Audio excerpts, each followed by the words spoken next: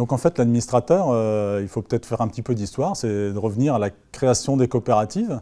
Nos parents, nos grands-parents n'avaient pas forcément le temps de s'occuper de la commercialisation de leurs produits, et donc ils se sont dit, tiens, on va déléguer cette commercialisation à des gens, mais en leur disant, ok, on vous délègue ça, mais par contre, on veut quand même être maître de la situation et regarder ce qui se passe dans notre entreprise.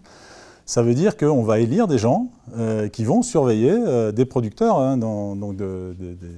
des producteurs qui traient leur vache tous les jours et qui vont aller regarder ce qui se passe dans l'entreprise et décider de ce qui doit être fait dans cette entreprise. Donc aujourd'hui, on est toujours sur les mêmes bases. Le rôle de l'administrateur, c'est vraiment la courroie de transmission entre le terrain,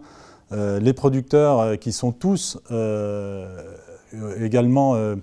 qui ont tous du capital dans cette entreprise, donc qui sont tous partie prenante de cette entreprise. Et donc cette courroie de transmission, pour aller jusque dire au directeur, eh ben voilà ce qu'on veut demain pour notre coopérative et voilà comment elle doit fonctionner au quotidien. Le rôle de l'administrateur, c'est bien celui-ci. Donc on a le pouvoir de choisir le directeur et le pouvoir de choisir où on veut aller demain, ensemble, collectivement, et de rapporter ça à nos producteurs sur le terrain, de les réunir régulièrement, de leur expliquer la vie de la coopérative, ce qui s'y passe, les comptes, le quotidien, les marchés, et puis derrière, de leur expliquer et d'écouter ce qu'ils ont envie pour demain, pour leur coopérative. Ma motivation d'administrateur, c'est vraiment de participer à la vie de l'entreprise. Je suis producteur de lait et j'avais envie aussi d'aller voir un petit peu plus loin ce qui se passait dans la commercialisation et aussi cet aspect collectif de gérer, d'avoir ce mandat de gestion d'entreprise pour le compte de mes collègues. C'est ça aussi qui m'intéressait. Donc mon mandat, mon rôle, moi, c'est vraiment ce lien, et j'y tiens beaucoup, hein, ce lien entre mes collègues producteurs et puis les marchés, ce qui se passe dans l'entreprise au quotidien et où est-ce qu'on veut aller demain ensemble, sur quel marché, pour quelle destination, pour quelle vie demain de nos producteurs sur le terrain.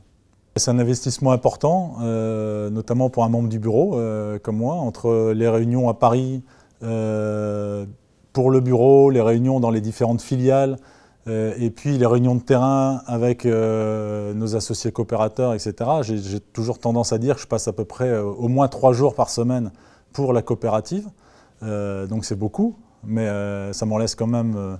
les autres, parce que le dimanche aussi je suis sur la ferme, donc ça me laisse vraiment du temps d'être sur la ferme quand même pour ne pas être totalement déconnecté de ce qui se passe sur le terrain, et ça j'y tiens beaucoup. Donc le quotidien, c'est des coups de fil quand on est en train de travailler à la ferme du voisin qui a un souci de qualité, qui a un souci de ramassage ou autre, ou alors des collègues de la coopérative, des salariés de la coopérative. C'est un peu ça le quotidien, et puis des réunions